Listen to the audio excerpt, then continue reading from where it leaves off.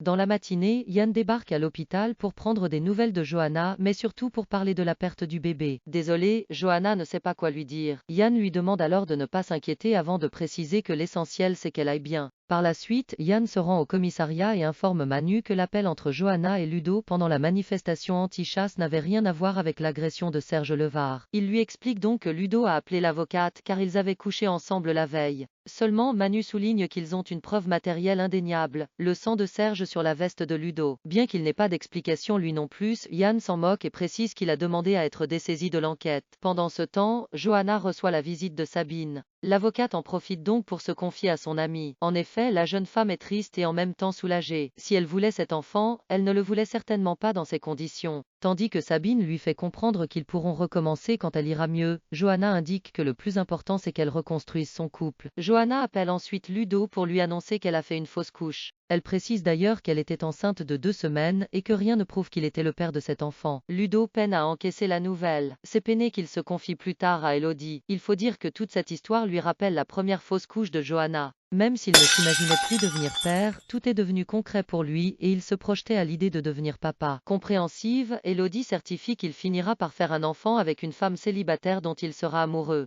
En fin de journée, Manu fait le point sur l'enquête avec Élise et ils en viennent à penser que Ludo a été piégé. Avec son association, l'agriculteur ne s'est en effet pas fait que des amis. Manu décide donc de creuser cette piste. Au laboratoire, Hugo s'aperçoit qu'il manque un échantillon sanguin de Serge. Mal à l'aise, Laura lui fait croire qu'elle l'a cassé quelques jours plus tôt. À la galerie, Maëva montre à Thaïs la toute première œuvre qu'elle va exposer. Stupéfaite, Thaïs lui dit combien elle est fière d'elle. De son côté, Louis vient de déposer sa marque à l'INPI. Si Marc pense que c'est trop tôt, le jeune homme lui fait remarquer que les t-shirts rencontrent un grand succès. Il compte d'ailleurs lancer d'autres modèles. Peu après, Louis retrouve Maëva à la galerie et lui propose de faire des graphes en direct afin que les gens puissent voter pour celui qu'ils préfèrent. Le gagnant sera ensuite imprimé en édition limitée. Si elle est emballée par cette idée, la jeune femme n'a cependant pas le temps de s'y consacrer car son exposition arrive à grands pas. Alix, qui a entendu leur conversation, finit par se laisser convaincre de faire ça dans sa galerie. Non loin de là, Marc confie à Marie-Sophie que son fils est en train de décrocher de ses études au profit de son entreprise. Selon la rédactrice en chef, l'idée de Louis est géniale et elle réclame même avoir ses t-shirts. De son côté, Maëva appelle Tom, puis lui parle de la nouvelle idée de Louis. Tandis qu'elle est très contente, ce n'est visiblement pas le cas de l'adolescent qui pense que Louis se sert d'elle pour se faire de l'argent. En parallèle, Louis négocie avec une influenceuse afin qu'elle partage le direct de Maëva sur ses réseaux sociaux, une demande que la jeune femme accepte contre 1000 euros. Cependant, Louis n'a pas cette somme. Il lui propose donc 25% de bénéfices sur les ventes des t-shirts, ce qu'elle accepte.